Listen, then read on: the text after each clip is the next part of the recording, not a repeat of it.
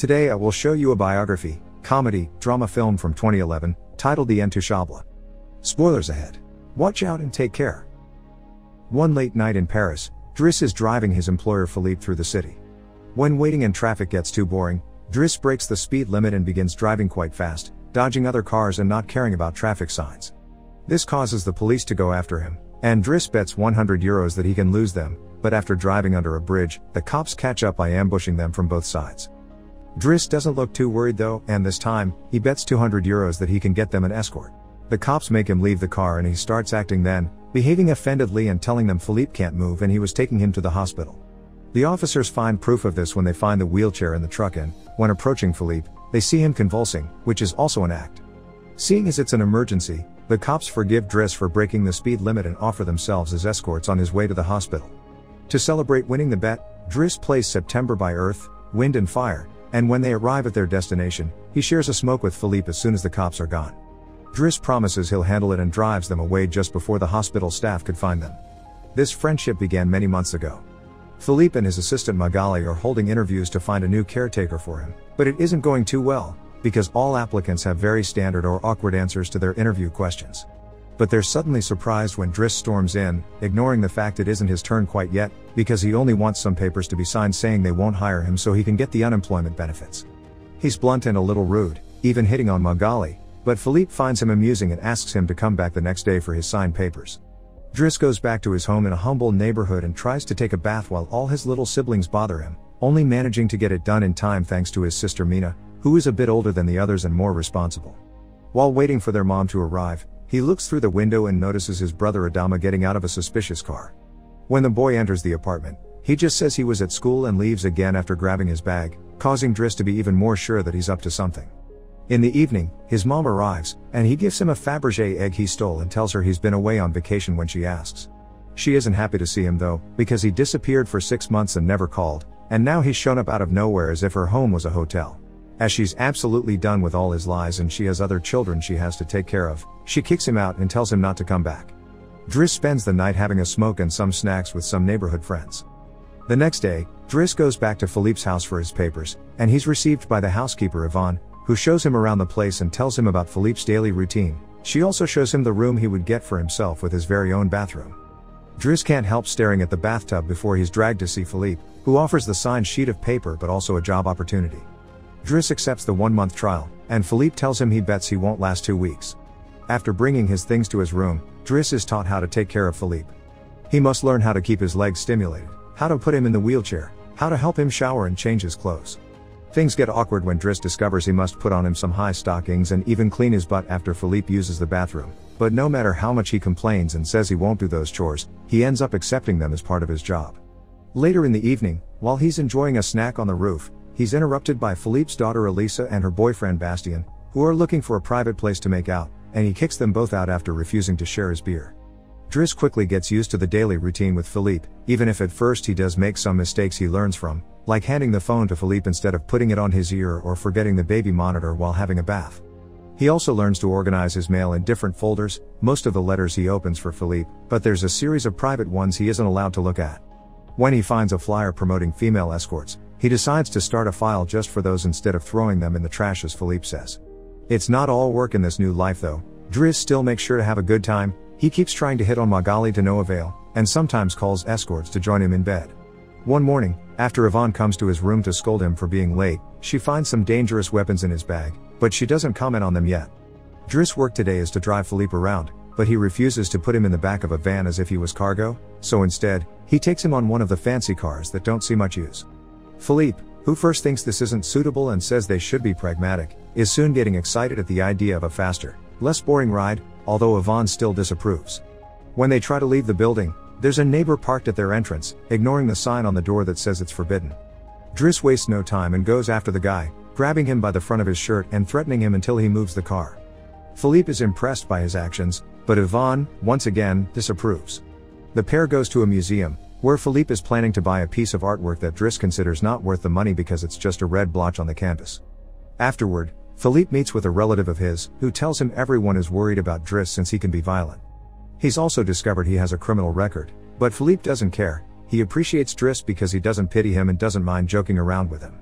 After another failed attempt at hitting on Magalie, Driss has dinner with Yvonne in the kitchen while listening to Philippe dictate a letter to Magalie.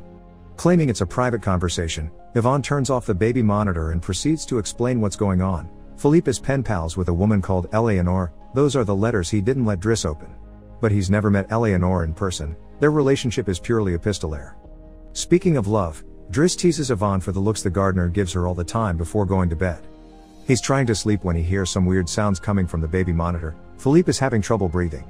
Not being capable to ignore him even if he tries, Driss goes to his room and gently guides him through the attack with soothing words and a wet cloth to wipe his face. Philippe eventually falls asleep, only to wake up again moments later, saying he needs air. This time Driss doesn't hesitate. He puts Philippe on the wheelchair, covers him with blankets, and takes him out for a stroll by the river.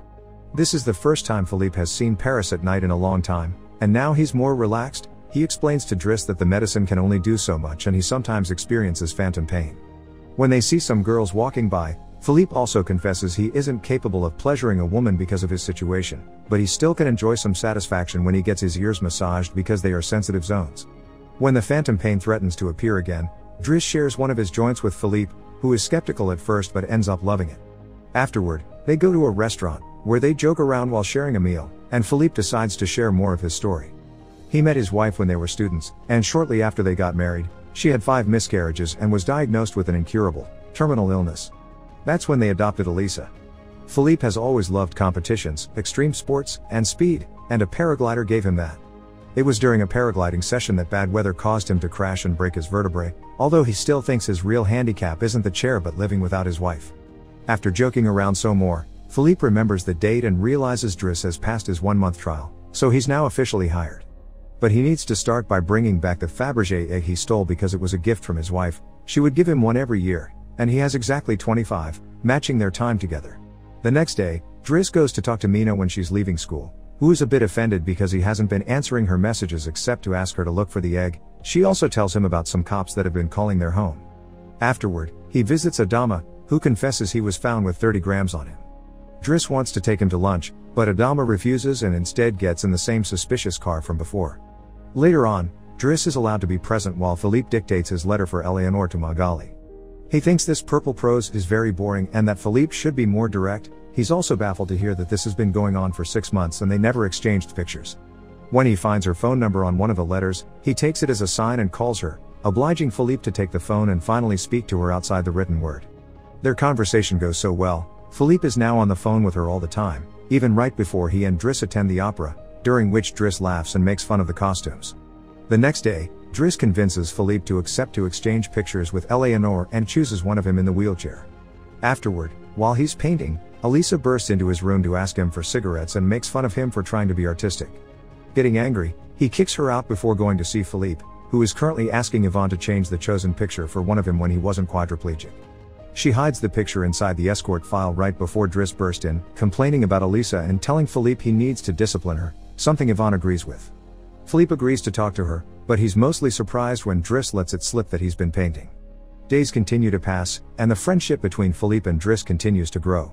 Driss takes him to play in the snow and brings him with him when he goes out for a run. Philippe gets him his first suit and scolds his daughter while Driss listens to him through the baby monitor.